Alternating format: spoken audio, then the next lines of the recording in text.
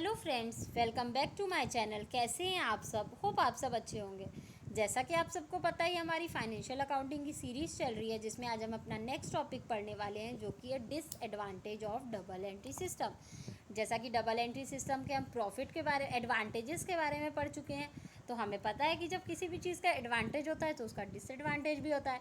तो इस वीडियो में हम लोग डबल एंट्री सिस्टम के डिसएडवांटेज के बारे में पढ़ेंगे। तो आइए स्टार्ट करते हैं। A number of books are to be maintained under this system like journal, cash book, bills receivable book, bills payable book, etc. ये सबसे पहले तो इसका एक डिसएडवांटेज ये है कि इसमें बहुत सारे अकाउंट मेंटेन करने होते हैं। लाइक सबसे पहले आपको जर्नल बनाना होगा, कैश बुक बनाना होगा, बिल्स रिसीवेबल अकाउंट, जो बिल्स पेएबल अकाउंट, बहुत सारे बुक्स मेंटेन करने होते हैं, इसलिए इसका ये थोड़ा डिसएडवांटेज है। It is quite difficult to apply the rules of debit and credit.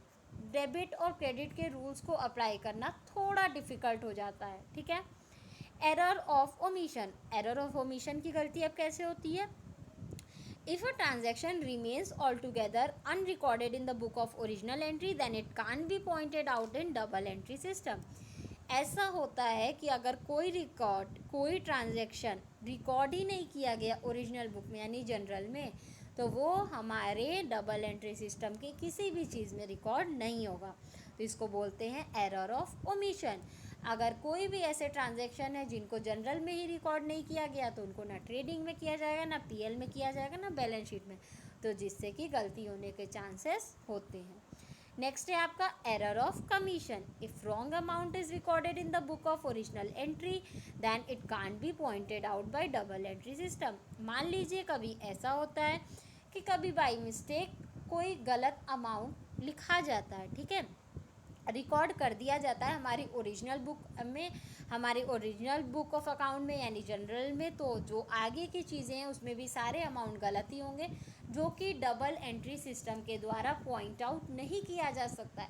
क्योंकि अगर वो चीज़ें जनरल में ही गलत लिखाई हैं तो वो पॉसिबल नहीं है कि डबल एंट्री सिस्टम में उसको पॉइंट आउट किया जा सके।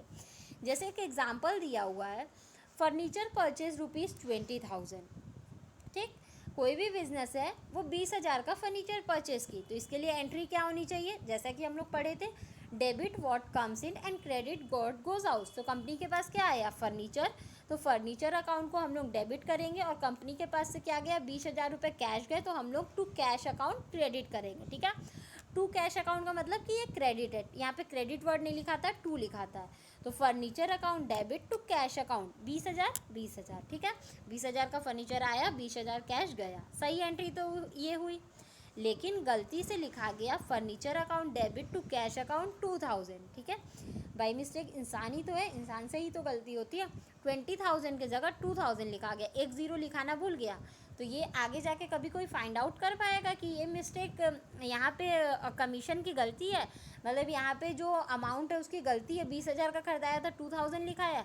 अगर आप जनरल में लिखोगे कि आप 2,000 का फर्नीचर परचेस किए हो, तो आप आगे पीएल में, ट्रेडिंग लॉस में, बैलेंस शीट में सारी चीज़ें वहीं दिखाओगे कि आप 2,000 का ही फर्नीचर परचेस किए हो, जिसके वजह से गलती होने के चांसेस होते हैं, ठीक। ये है आपका एरर ऑफ कमीशन। नेक्स्ट है आपका एरर ऑफ प्रिंसिपल। अब एरर ऑफ प्रिंसिपल क्या है आपका? If the amount is recorded on the correct side though in a wrong account, then it is called error of principle. अब देखिए, if the amount is recorded on the correct, amount तो सही side लिखाया लेकिन गलत account में लिखा गया, तो उसको क्या बोलते हैं? एरर ऑफ प्रिंसिपल, ठीक। अब एक इसका एग्जाम्पल देखिए, सेम एग्जाम्पल है। फर्नीचर परचेज ₹20,000 का फर्नीचर परचेज किया, इसकी सही एंट्री होनी चाहिए furniture account debit to cash account 20,000, लेकिन इसकी रॉन्ग एंट्री हो गई purchase account debit to cash account 20,000। इसका मतलब क्या हो गया कि आपके बिजनेस में फर्नीचर आया तो आपको उसको फर्नीचर अकाउंट में दिखाना था 20,000, लेकिन अब वो 20,000 तो दिखाए लेकिन आप गलत अकाउंट में दिखा दिए, आप उसको परचेज अकाउंट में दिखा दिए, जिसके वजह से आपकी आगे की सारी चीज़ें गलत होती रहेंगी, जिसकी वजह से आपका बैलेंस शीट गलत शो होगा। तो एरर ऑफ प्रिंसिपल होने के भी चांसेस होते हैं, ठीक है। तो ये बेसिकली हमारा था error of principle. Error of commission का भी मैंने एग्जांपल दे दिया, एरर ऑफ ओमिशन मैंने समझा दिया, ठीक है। कोई चीज़ आप रिकॉर्ड ही करना भूल गए, इसीलिए उसका एग्जाम्पल नहीं था। कोई चीज़ मान लीजिए आपने फर्नीचर परचेज़ किया, आप उसको रिकॉर्ड ही नहीं किए, तो आप आगे भी चल के उसको कभी रिकॉर्ड नहीं करोगे, तो वो हो गया error of omission. Error of commission जब अमाउंट की गलती होती है, और एरर ऑफ प्रिंसिपल जब अमाउंट तो आप सेम लिखते हो लेकिन किसी दूसरे अकाउंट में लिख देते हो, तो वो होता है एरर ऑफ प्रिंसिपल। तो बेसिकली कुछ एरर होने के चांसेस होते हैं, इसीलिए हमारे डबल एंट्री सिस्टम के कुछ डिसएडवांटेज भी हैं। होप आपको ये टॉपिक समझ में आया होगा। फिर भी किसी को कहीं कोई भी प्रॉब्लम हो तो आप मुझे कमेंट सेक्शन में कमेंट करके पूछ सकते हैं।